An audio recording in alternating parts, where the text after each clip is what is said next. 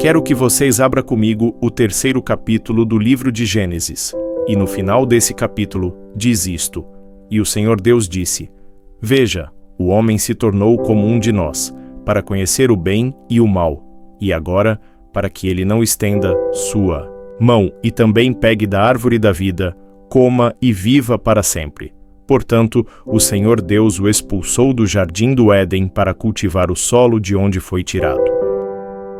Então ele expulsou o homem e colocou cherubins ao leste do jardim do Éden e uma espada flamejante que girava para guardar o caminho para a árvore da vida. Em outras palavras, Deus estava mantendo o homem longe da árvore da vida, porque, se o homem comesse da árvore da vida, ele viveria para sempre em seus pecados sem qualquer esperança de redenção. Suponha, por exemplo, que alguém como Hitler aparecesse e comesse da árvore da vida e vivesse para sempre. E teríamos Hitler por milhares de anos, e muitos mais Hitlers, e eles controlariam a Terra. E assim, Deus enviou a morte como um julgamento, mas também como uma bênção. Porque cada geração vem e morre, e uma nova geração nasce. Todos os Hitlers do mundo eventualmente morrem. E a Bíblia diz em Eclesiastes 3:2, há um tempo para nascer e um tempo para morrer. Está destinado ao homem morrer uma vez, mas depois disso, o julgamento. Mas muitas vezes eu encontro como ministro religioso que as pessoas não querem falar sobre a morte. Por quê? No Iowa, aos 17 anos, uma pessoa já viu em média 15.000 assassinatos na televisão. E há uma onda de best-sellers sobre a morte no momento. E alguns pensam na morte como um período da vida. Sir Winston Churchill uma vez disse: quanto mais velho você fica, mais sono você precisa, até que finalmente você dorme o tempo todo. Na vida há muitas estradas, ele disse, mas todas levam àquela morte abrangente. E eu quero te perguntar hoje à noite: você está preparado para morrer? Você já fez alguma preparação para a sua morte?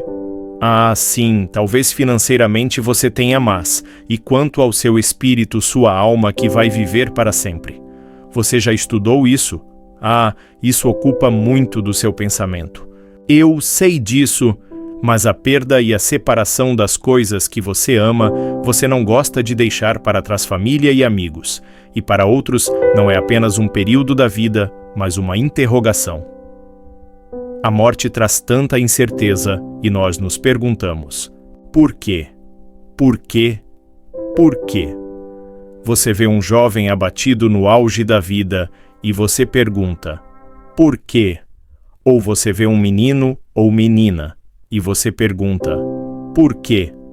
Porque tudo isso tem que acontecer. Parte disso é o terror e o medo do desconhecido. As pessoas nunca gostam de estarem preparadas, elas estão ansiosas sobre o futuro, e eu quero citar um versículo de Amós 4:12 que diz: prepare-se para encontrar o seu Deus. Você está preparado? Se você não está preparado e tem dúvidas sobre isso, pegue o telefone e ligue para o número na sua tela. Haverá consultores lá que vão conversar com você sobre como você pode se preparar para enfrentar a morte e o julgamento. Agora queremos suavizar a realidade da morte. Não queremos falar sobre isso. Alguns de nós não queremos pensar sobre isso, então. Temos muitos cosméticos e cirurgias plásticas e a busca freneticamente pela fonte da juventude mitológica que continua. Mas eu não quero me voltar hoje à noite para os psicólogos ou os sociologistas ou os estudantes de medicina, mas para a Bíblia. O que a Bíblia diz sobre a morte? Primeiro, a Bíblia diz que a morte é um inimigo do homem e de Deus. Paulo a chama de inimiga. Ele diz, em 1 Coríntios 15, que o último inimigo a ser destruído é a morte. Agora, ela é um inimigo para Deus porque Deus nunca pretendeu que o homem morresse. Quando Ele nos criou, Ele pretendia que vivêssemos para sempre. Mas nós quebramos sua lei, rebelamos contra Ele. E Ele disse que se você fizer isso, você vai morrer. Ele teve que manter sua palavra. Nem o pecado, nem a dor, nem a doença, nem a morte eram parte do plano original de Deus para o homem. A morte foi a pena pelo pecado quando ele disse: certamente morrerás. E o julgamento, poeira tu és e à poeira retornarás, veio após a rebelião do homem. Você está preparado?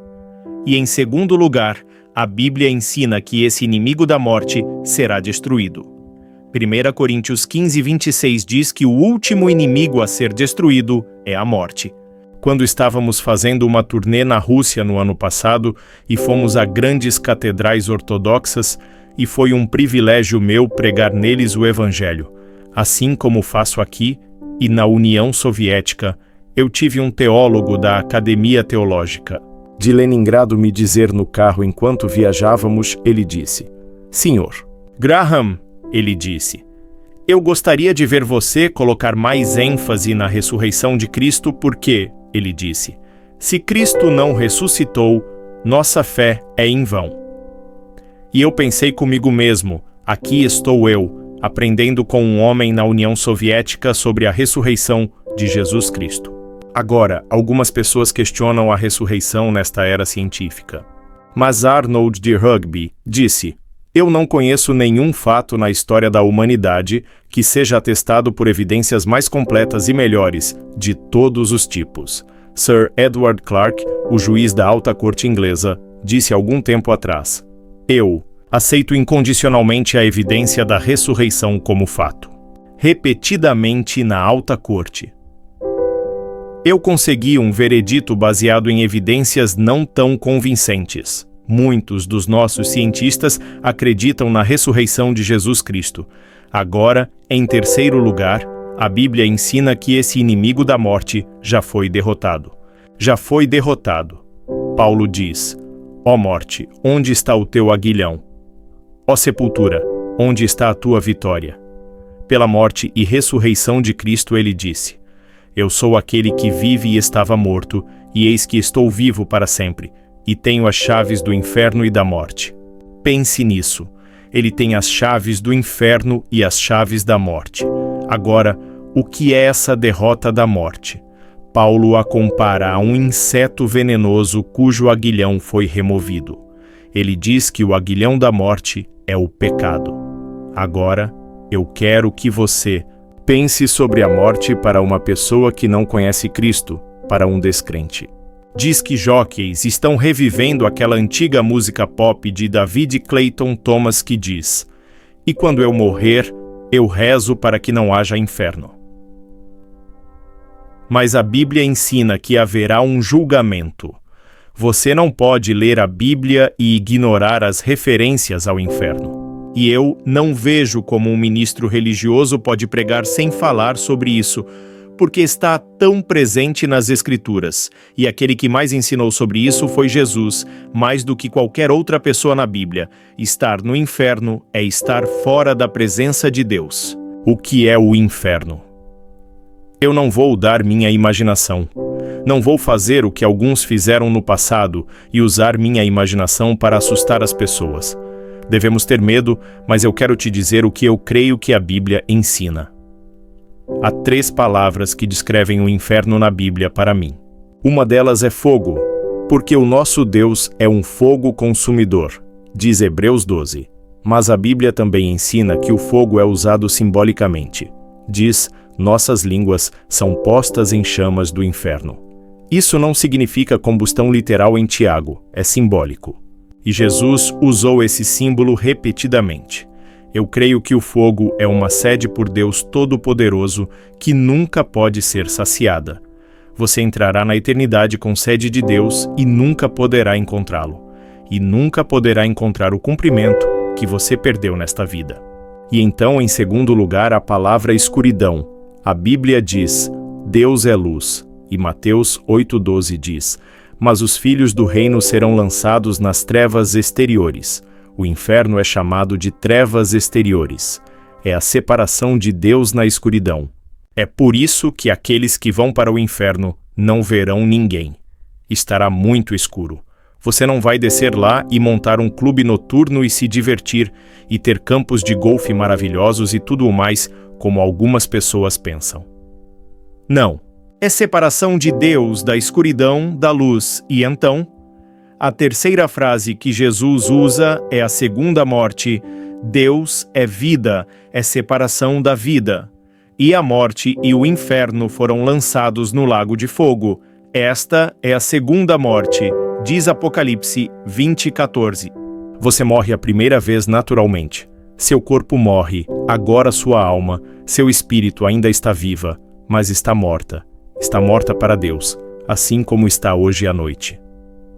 Há milhares de pessoas nesta audiência no sul da Flórida, hoje à noite, cujo espírito está morto para Deus. Seu corpo está vivo, você vai à igreja, você é religioso, como a maioria das pessoas ao redor do mundo. Você vai à Índia e encontrará mais religião do que em qualquer outro país do mundo. Mas no fundo do seu coração, você realmente não conhece Cristo. Você não fez as pazes com Deus. Agora Deus não tem prazer no inferno. Ele não criou o inferno para você. Ele fez o inferno para o diabo e seus anjos. Mas se você insistir em seguir o caminho do diabo, é para lá que você vai. Agora, quando Jesus Cristo morreu na cruz, isso foi um julgamento. Deus julgou Cristo em seu lugar, e Jesus, sendo quem ele era, teve a capacidade de enfrentar o inferno por você. E quando Cristo disse: meu Deus, por que me desamparaste? Nesse momento terrível, de uma forma que não podemos possivelmente compreender ou entender, o Senhor Jesus Cristo e seu Pai foram separados, e Jesus sentiu as dores do inferno e sofreu nesse momento tudo o que o homem será chamado a sofrer.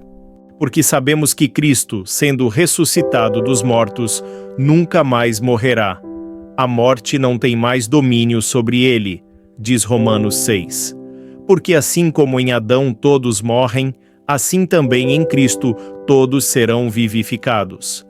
Você não vai morrer sozinho se você conhece Cristo.